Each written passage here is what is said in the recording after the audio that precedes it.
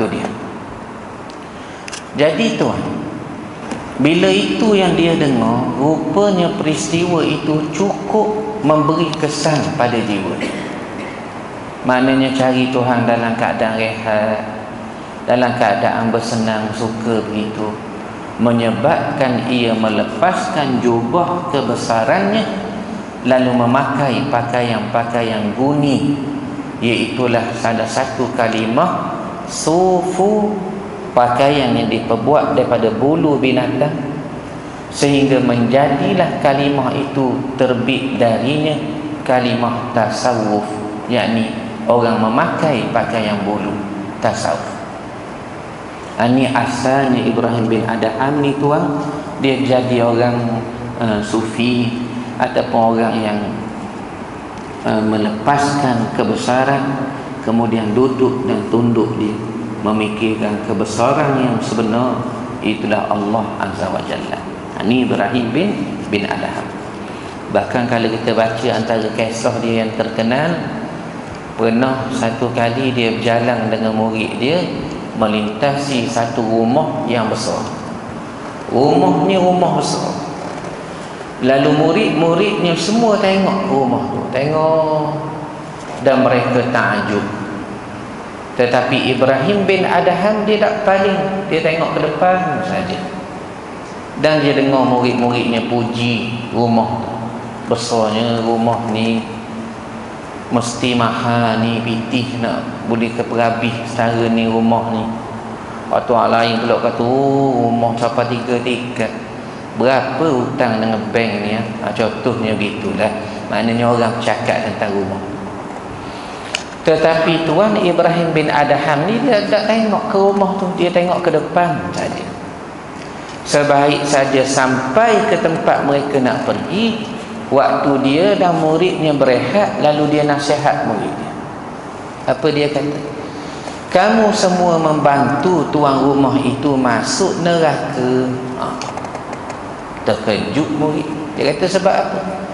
Setiap kali kamu memuji ia, maka besarlah kebanggaan dalam hatinya, menyebabkan ia memakai pakaian Tuhan. Itulah besar dan takabur. Ni antara manaqib kisah Ibrahim bin Adham ni tuan ya. Baik. Ketika Syekh Ibrahim bin Adham ditanya tentang bagaimanakah jalan untuk memperolehi zuhud, beliau telah menjawab bisalasati asya. Dia kata nak zuhud ni tak banyak, dengan 3 cara, dengan 3 kaedah. Apa dia?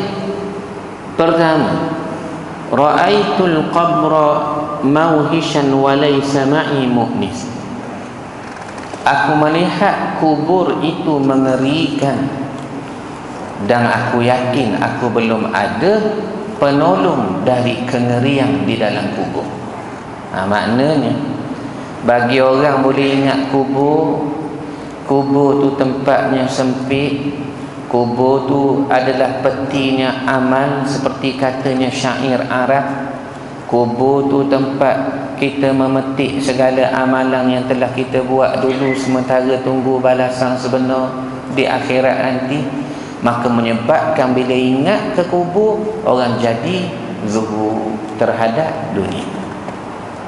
Ini satu. Lepas tu dalam satu hadis qudsi tuan, Allah Subhanahu wa taala berfirman dalam hadis qudsi, kubur ni mafhumnya, di luarnya comel kita tengok, molek, tetapi di dalamnya mengerikan. Di luar kita tengok tu orang molek, bersih, batu nisang tu pula kadang macam-macam jenis. Ada yang batu mama, ada batu benda ni, kalau boleh buat batu zamrud, nak buat batu zamrud, kalau boleh batu nisang tu comelnya, tapi di dalamnya tuan tengok mengerikan. Lepas tu saya ingat di Melaka, maaflah kalau ada orang Melaka sini, saya suka orang Melaka ni tuan, pasal kata mak saya, tak tahulah kata mak saya, orang Melaka ni orangnya bersih. Kata mak saya, orang lain bersih juga. Saya ni orang Terengganu bukan Melaka. Nak kabarnya bersih orang Melaka ni. Rumah kecil macam mana pun wajib cat setiap tahun. Bersihnya orang Melaka ni. Saya kebetulan ada satu perbentangan di Melaka. Berhenti dia beri satu homestay ke saya tuan, tepi kubur. Allah, penganjur pun siapanya beri tepi kubur homestay. Tapi tak apalah, molek sangat dak tu. Tuan tahu kubur yang ada tepat tepi homestay saya tu, antaranya warna dia pink. Kuburnya cat dia anak cucu warna pink tu. Bayang tu bersihnya orang. Jadi kita tengok ni kubur di luar, molek pokok bunga. Tergamuk pakai pas benda tanam pokok durian, dia tanam pokok durian atas kubur Tok Ki ni. Maknanya nampak kemah. Di dalamnya kata hadis kudusi mengerikan. Jadi antara kata Ibrahim bin Adham, kalau kamu boleh ingat ke kubur manusia, nescaya kamu jadi zuhud sikit kepada dunia. Tidaklah terlalu celak mata, bersungguh sangat terhadap dunia, sampai ke pejam mata, sedar-sedar amalan kurang walaupun hartanya menimbun. Inilah kata Al-Quran, alhaakumut takatsur hatta zurtumul maqabir. Kamu membilang nikmat Tuhan yang terlalu banyak dan kamu kumpulkan dia, sedar-sedar kamu masuk dalam kubur, tak sempat beramal. Ini dia ya, ini dia. Satu. Kedua, wa ra'aitu tariqan tawilan wa laysa ma'i zad. Aku tengok jalan nak tuju akhirat itu panjang lagi. Atas dunia ni baru alam ketiga yang kita duduk. Selepas alam ruh, mengambil penyaksian oleh Allah terhadap kita, alastu bi rabbikum, tidakkah aku ini Tuhan kamu manusia? Kita jawab qalu bala, ya Tuhan. Maka Tuhan nak uji betul ke manusia ni percaya ke aku, taat ke aku, berjanji betul aku ni Tuhannya, dia tidak akan syirikkan dengan segala sesuatu.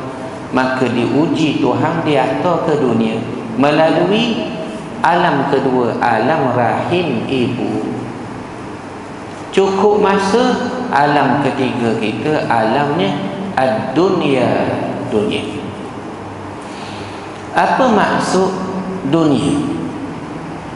Dunia ni tuan lawan dia akhirat.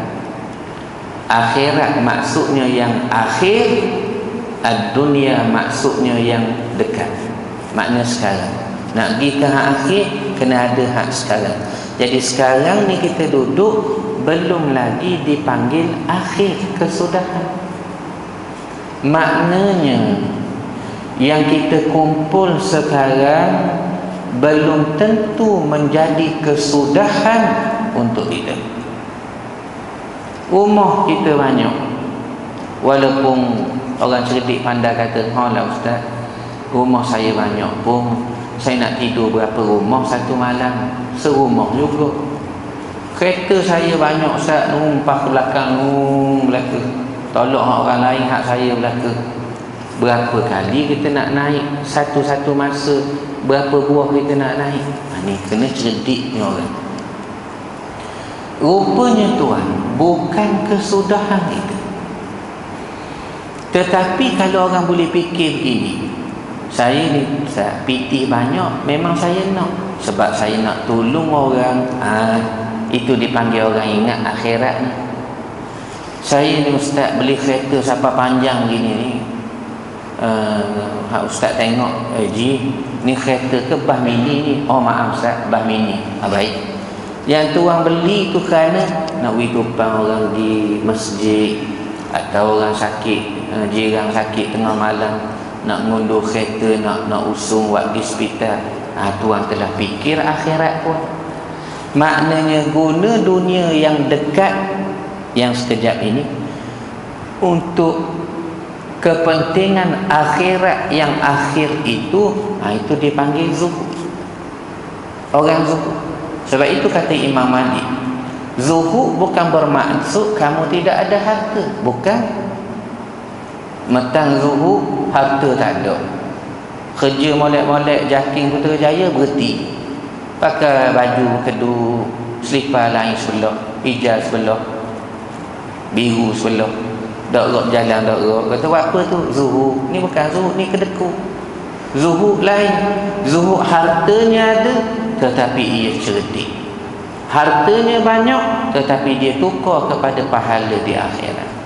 Satu hadis Nabi SAW, antaranya riwayat Tirmizi.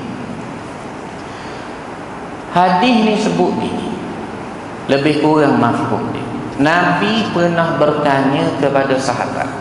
Nabi kita ni tuan, bila duduk dengan sahabat, Nabi ambil peluang dengar sahabat nak cakap apa. Nabi pun nasihat sepatah dua kali, peringat ke akhirat sebenar. Dunia kita ada ni akan tinggal.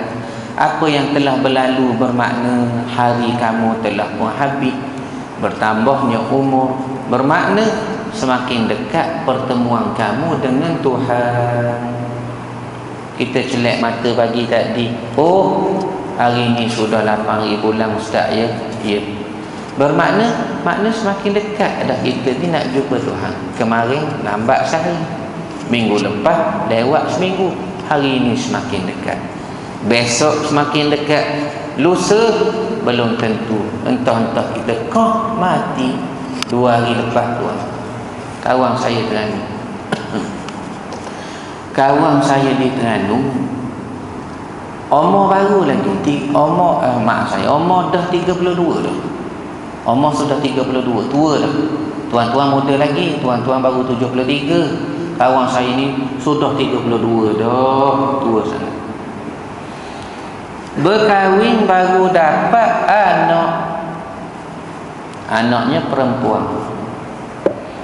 Lalu dia bergilir dengan bini dia, bangun tengah malam. Itulah kita anak kecil ni bergilir kan. Nak bangun buat susu, salin pepper, begitu gini, bangun bergilir dengan bini. Dia pun bangun nak pergi ke dapur. Dalam perjalanan nak pergi dapur, tiba-tiba pening pada, mari pening. Baru bangun tidur pening. Tak jadi dia ke dapur, pusing dia. Lalu pergi duduk pula di atas katil dia, duduk tepi, duduk. Lalu isteri dia rasa pelik, tanya, bang, diam. Bang, diam. Mata celak. Bang, diam. Matanya buka. Lalu dipanggil mak. Maknya pun panggil Awan, diam. Awan, diam. Dia atau ke hospital. Sehari semalam, esoknya meninggal. Pendarahan dalam otak. Ini tuan, kita kena beringat gitulah tuan. Allah takut sekarang, takut dengar benda-benda begini, takut. Mati ni tak kira dah sekarang. Kadang baru 19 gak mati, baru 12 kan sakit mati. Dulu, maaf sebut kalau saya silap tolong betulkan. Dulu tidak. Kalau kita bawa kereta balik ke kampung hari raya, selepas sembahyang raya, kita bawa kereta baru kita, pusing dalam kampung. Supaya orang kata, oh kereta baru ya, nak tunjuk orang. Oh, bawa kereta. Tiba-tiba nampak orang pakai tokat jalan, dak jalan. Kita pun buka tiket, tengok, Allah, Iwan Limang ada lagi, Saleh Saning ada lagi, Toki Lambok buat perahu ada. Ni orang kampung saya kata ni tuan tak kenal. Toki Lambok ada lagi, Pomak Yating ada lagi, Ida Jusuh ada lagi. Oh, itu dulu tuan. Sekarang tuan balik ke kampung, apa jadi? Orang tua tengok, tuan dia kata, ada lagi budak ni. Dia dah terbalik sekarang, dah terbalik. Sebab zaman sekarang dah tak tentu.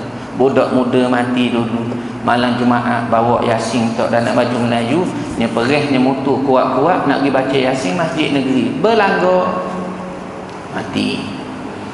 Bahkan kajian perubatan Ketika umur kita pediatrik kanak-kanak, ketika umur kita kanak-kanak, kata pakar perubatan, bayi lelaki terdedah kepada mudah mati berbanding dengan bayi perempuan. Ni betul ni tuan. Walaupun kuliah tasawuf, benda saya khabar ni betul. Mudah matinya kita orang lelaki banding orang perempuan daripada umur kecil lagi, kanak-kanak, menurut kajian perubatan. Dan bila kita besar pun, lelaki semua mudah mati. Lelaki lebih banyak mudah peluang mati berbanding perempuan. Masuk askar, jadi tentera, masuk hutang, kena jerakat sama, tembok di komini, mati lelaki. Mak repik, main motor, perih malam Jumaat, akhirnya mati di jalan yang lurus tu. Pia lelaki atas jalan tak lurus tu, lelaki. Isak dada, lelaki. Air ketung, lelaki. Makan pi kuda, lelaki. Makna lelaki ni tuan terdedah semua dia kepada peratus besar untuk mati. Jadi mati dengan bila mengejut, Allah takut. Sebab itulah kata Ibrahim bin Adham, pertama mu ingat kubur, mu jadi beringat sikit pada dunia. Kedua yang kita belajar tadi, ingat baik akhirat tu panjang, tapi mu tak ada bekalan, maka mu akan usahalah bekalan untukmu di atas dunia ini, atas dunia ini. Ketiga, wa ra'aitul jabbar qadiyan wa laysa li hujjatun. Dan ketiga, aku tengok Tuhan ni kesudahannya dia akan kumpul semua makhluknya di depan dia dan dia akan jatuhkan hukuman.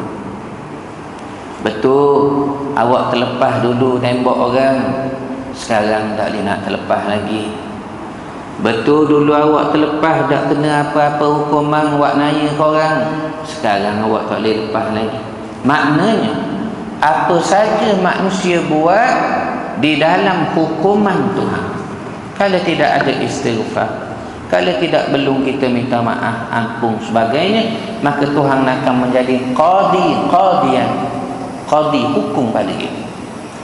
Sedangkan walaysa li hujjah, bagi kita belum ada lagi jawapan untuk berhadapan dengan mahkamah Tuhan. Macam mana kita nak bela diri? Betul kamu buat benda ni? Ya, sebab apa? Sekian-sekian. Kenapa sekian-sekian hari bulan mu begitu begini? Sebab sekian-sekian. Kita belum ada jawapan terhadap tanggungjawab yang telah kita buat sesuatu benda. Maka kalau orang boleh ingat begitu, kata Ibrahim bin Adham pun membawa orang itu zuhud kepada dunia. Baik. Bahkan katanya Abul Qasim Karim Hawazin Al-Hushairi, siapa dia ni? Ulama besar dalam bidang tasawuf dan mengarang satu karya kesufian yang besar, iaitulah Risalah Hushairiyah. Punya Tawadhu' Imam Hushairi tu orang. Kitab dia pun dia tak namakan kitab, tapi dia namakan risalah. Apa maksud risalah? Apa beza dengan kitab? Risalah ni maksud surat.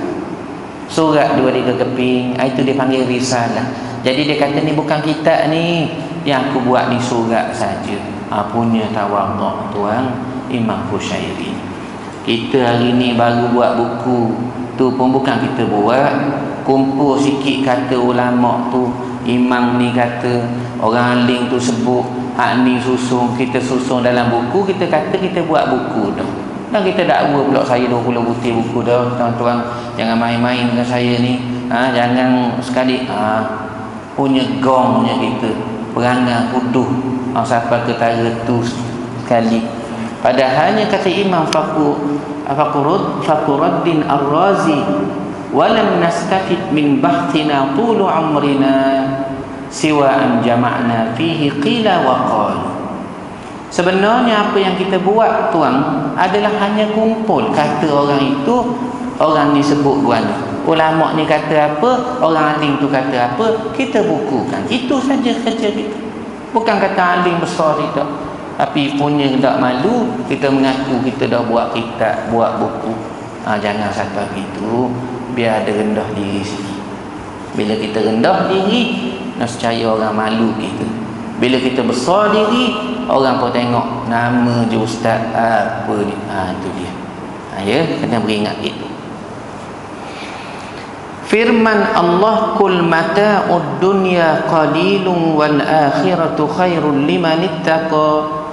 Katakanlah wahai Muhammad, sesungguhnya kesenangan dunia itu hanyalah sementara, sedangkan akhirat jualah yang lebih baik bagi orang-orang yang bertakwa. Maknanya atas dunia ni sekejap sana. Walaupun kita sayang nak tinggal dunia, kita jogging pagi-pagi biar sihat tubuh badan, kita lintah masjid surah, kita tak semayang, asal tubuh kita sihat, kita jogging, tubuh kita sihat, roh kita sakit, jiwa kita gelap. Tak apa Ustaz, saya nak hidup, saya sayang atas dunia, tanah saya banyak, rumah saya ada, anak saya ramai, saya maknanya dia tak fikir Tuhan beri pada dia. Siapa dia tak berani sebut Tuhan beri ke saya, dia tak berani sebut begitu.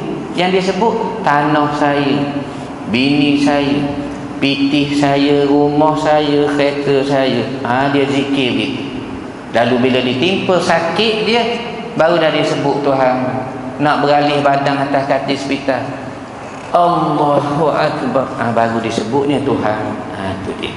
Jangan sampai begitu. Kul mata'ud dunya qalil. Katakanlah wahai Muhammad, sesungguhnya kesenangan dunia itu sekejap, sekejap. Wal akhiratu khairul liman ittaqa. Sedangkan akhirat jualah yang lebih baik. Siapa yang boleh tengok akhirat lebih baik pada dunia ni? Liman ittaqa, bagi orang takwa saja. Orang ada takwa, dia nampak hidup hakiki bermula selepas nafas ini terhenti, kata Buya Hamka. Orang takwa dia boleh nampak mata memandang alam, sedang hatinya nampak Tuhan, kata Buya Hamka. Ini orang takwa. Bahkan sabda Nabi kita lagi, An Abil Abbas Sahl bin Sa'di Sa'idi radhiyallahu anhu qala jaa rajulun ila an-nabi sallallahu alaihi wasallam. Daripada Abil Abbas Sahl bin Sa'd Sa'idi, telah redhalah Allah kepadanya, dia kata, mari seorang lelaki kepada Nabi. Orang lelaki mari berjumpa Nabi. Faqala, maka dia tanya Nabi, ya Rasulullah, wahai Nabi, dullani ala amalin, tunjukkanlah ke aku ni Rasulullah satu amalan, idza amiltu ahabbani Allah, bila aku buat Tuhan sayangkan. Amalan benda kalau aku buat Rasulullah, Tuhan sayangkan aku. Wa ahabbani an-nas, dan manusia pun sayang juga. Allah sayang, orang suka, orang pun sayang, Tuhan lebih lagi. Apa benda kat Rasulullah? Faqala, jawab Rasulullah, idhad fid dunya yuhibbakallah wazhad fiha 'indan nasi yuhibbakan nasi, atau kama qala Nabi sallallahu alaihi wasallam. Antara benda kalau mu buat Tuhan sayang, manusia suka, mu zuhud. Zuhud ni maksud tuan, jangan cenderung sangat ke dunia. Siapa dak kira halal haram benar, hak orang hakmu, apa benda jenis mu ni, biar ada peranggang. Pitih ni orang nak belaka, tapi biar ada peranggang sikit. Apa peranggang tu? Ada border dah sikit. Halal haram, hak orang jangan usik, pitih orang jangan buat anai. Biar ada border sikit. Orang Terengganu panggil peranggang, biar ada peranggang. Itu dia zuhud. Nescaya Tuhan sayang kamu, dan hendaklah mu zuhud apa yang ada pada manusia. Nescaya manusia pun sayang kamu, hormat kamu. Ni dak Kita nak satu benda di tangan orang, siapa jadi hamba orang. Tolong ikat tadi kasut, tolong pakai stoking, tolong suap pula makan, gosok belakang bagus awak ni bijak molek. Janganlah siapa begitu, jadi hina berdoa. Ni kata hadis ni, kalau zuhud terhadap apa yang ada dengan manusia, orang akan sayang. Jadi nilai kita tu besar. Tapi apa boleh buat, Ustaz? Nak macam mana orang sebelah rumah saya tu, Ustaz? Setiap kali raya ke, bukan raya haji, raya puasa, raya Cina pun, Ustaz, tukar juga berabuk. Bini saya ni pula tak boleh jenis tengok. Kalau dia tengok kena kerasukan lah dia, kena atur daru sifat pun. Keluar. Jadi nak buat mana, Ustaz? Kena zuhud lah, kena sabar sikit tu. Ingat banyak-banyak, kita ni tidak lama. Pakai sekodanya, ada hak sekodanya, cukup mudah-mudahan. Riwayat Ibn Majah, hadis yang kita mengaji malam ni. Apakah zuhud? Baru kita nak belajar maksud zuhud. Dia buat mari hadis ni. Ramai yang tertanya-tanya apakah erti sebenar zuhud. Apakah meninggalkan dunia secara keseluruhan? Mana tinggal belaka? Ambil naik kereta, rumah ada jual, duduk masjid je. Malah dah aku ada rumah duduk masjid dulu lah. Kerja molek-molek dah, jabat berhenti, nak jadi zuhud. Adakah tinggal dunia secara keseluruhan dan menumpukan tujuan pada akhirat semata, itulah zuhud? Maka jawab ulama, bukanlah zuhud itu mengharamkan yang halal. Bukan. Kerja Tuhan suruh, ada kereta hukumnya boleh, ada rumah dah apa dia anjurkan agama. Jadi sejak dia nak zuhud, dia haramkan yang boleh. Menikah tak boleh, kerja molek-molek boleh tanggung mak ayah kapung. Walaupun kadang-kadang dia tanggung mak ayah tu ialah dia kiringlah 300 sebulan. 2-3 hari lepas tu dia telefon pula mak dia, ayah pinjam piti 500. Memang banyakkan begitulah, dia kiring dulu, dia pinjam pula kemudian. Tak apalah. Tetapi dia berhentinya kerana faham dia zuhud begitu? Tidak. Kata ulama, bukanlah zuhud itu mengharamkan yang halal dan mensia-siakan harta. Matang ke zuhud, yang sedekah habis siapa dia pun melarat, anak dia pun tak ada boleh makan apa, sedekah pula ke orang lain. Tidak. Tetapi sesungguhnya zuhud itu ialah kamu lebih yakin dengan apa yang ada di sisi Allah berbanding dengan apa yang ada pada kamu. Ini dia. Nabi pernah tanya sahabat, antara harta kamu dan harta orang lain, mana mung lebih suka? Nabi tanya. Nabi tanya kepada tuan, antara harta kamu dengan harta orang lain, mung suka hak mana? Maka sahabat kata, sudah tentulah kita suka harta kita Rasulullah. Pasal bila harta kita ni kita dah ayah pinjam, memang hak kita sungguh, tentulah hak kita sendiri kita suka. Maka Nabi senyum dan jawab, kamu tidak faham ni. Kamu tak faham ni. Kebanyakan kamu suka harta orang lain berbanding harta sendiri. Apa maksud tu? Yang mu sipang-sipang itu, bila mu mati jadi hartanya orang lain. Ni maksud dia. Itu maksud dia. Mana yang kita simpan tu tuan, siapa zakat pun takut nak bayar. Kereta yang kita beli siapa nak tumpang di masjid tu pun tak ambil, takut kotor, takut terjejah cushion orang duduk, kena debu apa semua sekali. Contohnya, yang kamu simpan itu mu mati jadi hak orang lain. Maknanya kebanyakan kita sayang harta orang lain. Betul Nabi kata, itulah kita sayang. Dah harta kita hak mana? Sabit dengan hadis lain kata, yang mu telah pakai hak lusuh dah tu, itu hak mu. Yang mu telah makan, dah makan dah, hak mu lah. dan antaranya yang lain yang telah kamu sedekah, infak, telah tercatat kebaikannya kepada kamu dan kamu akan terima di akhirat nanti. Batu tuan tahu, beberapa orang anak khalifah pada zaman dulu seperti Al-Malik Marwan, Umar Abdul Aziz dan lain yang kita baca mana ini. Bila Khalifah Marwan meninggal, katanya ulama, aku tengok lebih kurang duit dia tinggal dalam 90,000 dinar. 90,000 dinar cara dulu banyaklah. Dan dinar tu pula emas, dirham, perak. Dinar, emas. 90,000 dinar emas. Banyak. Dan ketika Khalifah Umar Abdul Aziz meninggal, ia hanya meninggalkan duit sebanyak 2 dinar emas saja. 2 je. Banyaklah tu tuan. 90,000 dengan 2 dinar. Oh, banyak. Tetapi kata ulama, demi Allah, umurku panjang dan aku sempat melihat anak Khalifah Umar berjaya dalam hidup, dan kebanyakan anak Khalifah Marwan melarat dan meminta-minta di tepi jalan. Ini dia tu.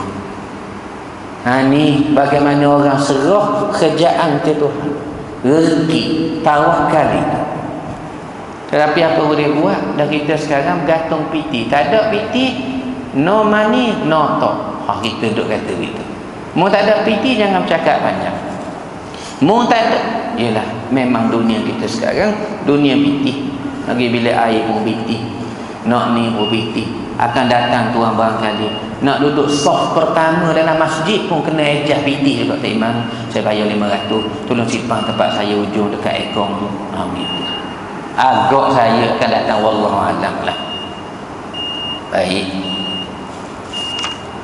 panjang lagi nampaknya tuan. Saya pun nak habis situ. Pasal SOP kita sekarang masuk waktu berhenti terus kuliah. Asal tuan tak mengaji banyak tapi boleh faham dan amal, sudahlah.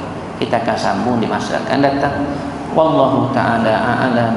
Assalamualaikum warahmatullahi wabarakatuh. Marilah kita baca Fatihah sekali. Hadiah kepada mak ayah kita. Mudah-mudahan mereka selamat dan kita selamat. Al-Fatihah.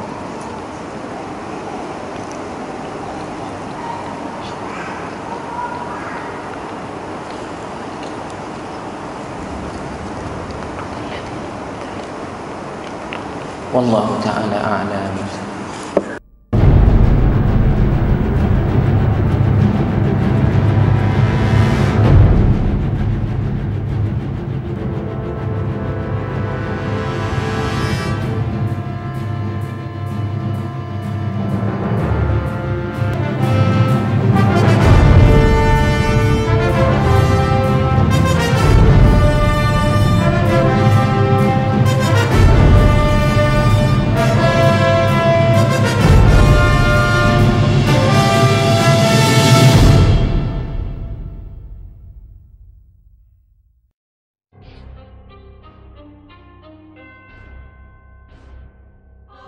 Dancing on the beat.